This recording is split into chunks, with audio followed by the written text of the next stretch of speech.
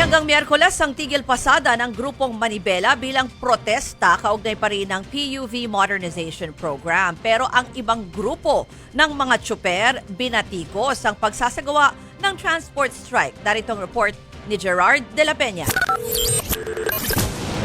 Hindi bumiyahe ang mga jeep na ito na may rutang Welcome Rotonda at Paco, Maynila bilang paikiisa sa 3 araw na tigil pasada ng grupong Manibela. Kahit walang kikitain, hindi na masada ang mga tsuper.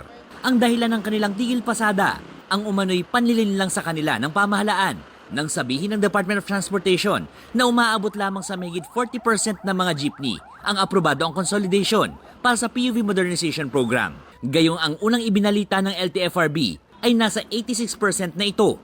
Dahil doon sa mga maling datos na inilabas ng LTFRB at ng DOTR, puro penalty ang inaabot namin. Pababayaan pa po ba natin na nakaupo itong mga sinungaling dyan sa ahensya? Sagot ng DOTR. Hindi naman rason para mag-strike pag ang gobyerno nagbabalidate ng numero. Di ba? Hindi naman rason yun.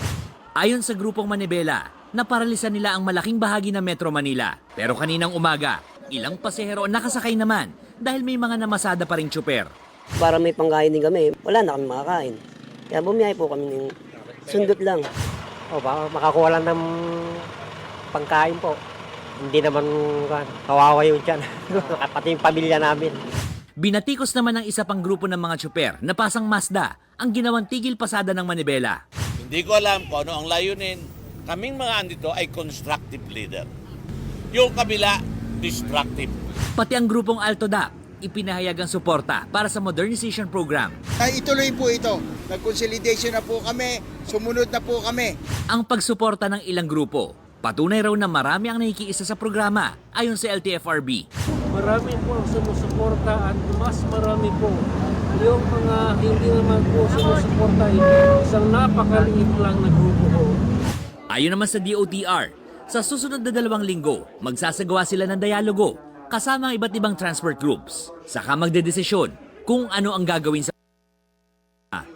This time, it will be different. We will be open to changes because clearly, there are some issues that need to be resolved.